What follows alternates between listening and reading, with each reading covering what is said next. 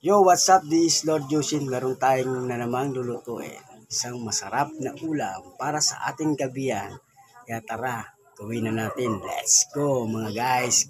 Kain na naman tayo. To the time.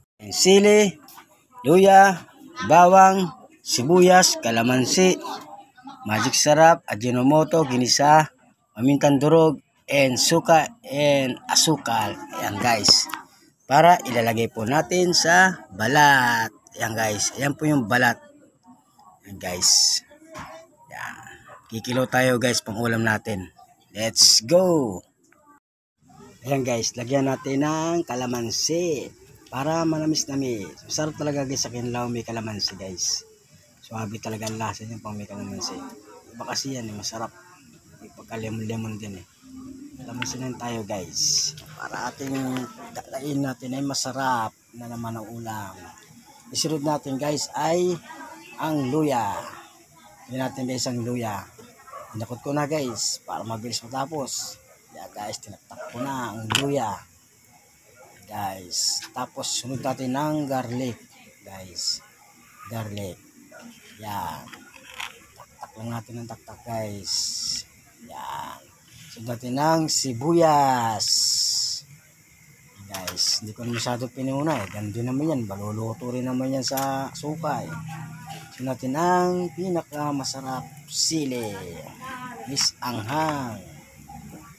Guys, taktak na natin ng taktak guys. Siling labo yung pula. Bicol na naman tayo. Taga Bicol. Yan, kumakain natin ito. Sunod natin ng ajinomoto guys, taktak lang tayo ajinomoto at sunod natin ang magic sarap, konti lang guys kasi may bito naman banabanayad lang lagyan natin sa ajinomoto.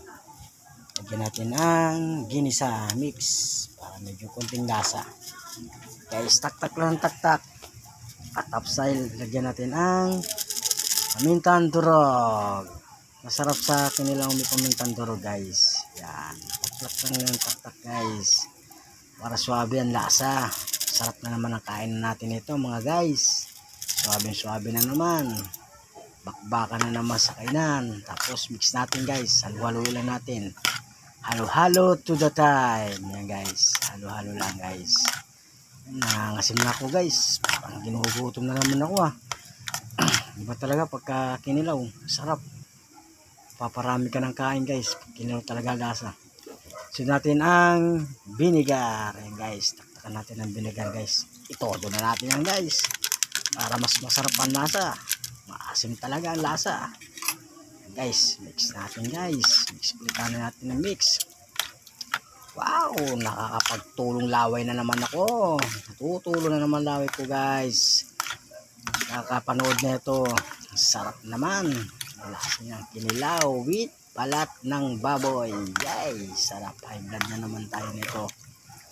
Halo-halo lang mga guys. Matatapos din. Halo-halo to the time lang mga guys. Sarap-sarap. Yummy na naman. Isunod natin ang asukal. Ayan guys. Lagyan natin ang asukal. Hindi mawawala sa kinilawang asukal guys. Para ang asin niya manamis-namis ang lasa. Masarap yan sa kanin guys. Pag sinabaw mo yan. Diba guys, suwabe na naman ang lasa natin nito guys. Sarap na naman ang bakbakan ng kainan na naman. Halo-halo na naman natin. Ayan guys, yan nga guys, sinalo-halo ko na yan. Mas ganyan ang kulay guys. Kumakapit na yung mga rekado nyan. Parang yelo-yelo na. Kumakapit na rekado nyan guys. Suwabe na naman ang bakbakan. Yan guys, nilagyan ko na nga pala ng asin. Mga 2 dakot lang. Pwede na yan. Mahirap pag maalat guys Haluin ulit natin guys. Halo-halo to the time na lang ulit. Halo-halo to the time. With asin tamis. Yan guys. Yan guys, gawin nyo rin yan sa bahay nyo guys. Masarap ng ganyang luto. Yan guys.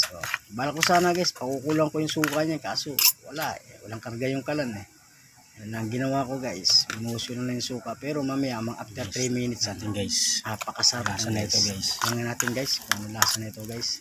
Pero masarap tikpan to guys. Tingnan mo guys. Sabi ang kulay guys. Tikman natin guys. Wow. Yummy na naman guys. Suwabe na naman ang lasa. Sarap. Kanin na lang, ulam na. Good job. Guys, kanin na lang to mga guys. Kain na naman. Bakbaka na naman to the time guys. Sarap, sarap. Yummy, yummy na naman.